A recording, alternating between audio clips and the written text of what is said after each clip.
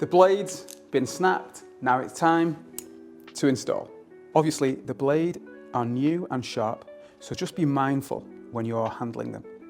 Start by pulling out the razor from the scales using the spine.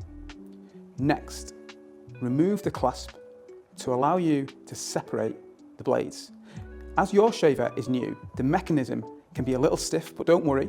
Sometimes, if you look along the spine, you can see a slight gap, and if you give it a push, it should open and the blade should then pull apart. Now, the bottom blade has 4 indentations, which allow you to position and hold your snapped blade in place. Then slide the top blade back, lining up the holes, and then finally push the clasp to secure your blade, and now your Shavette is ready to use.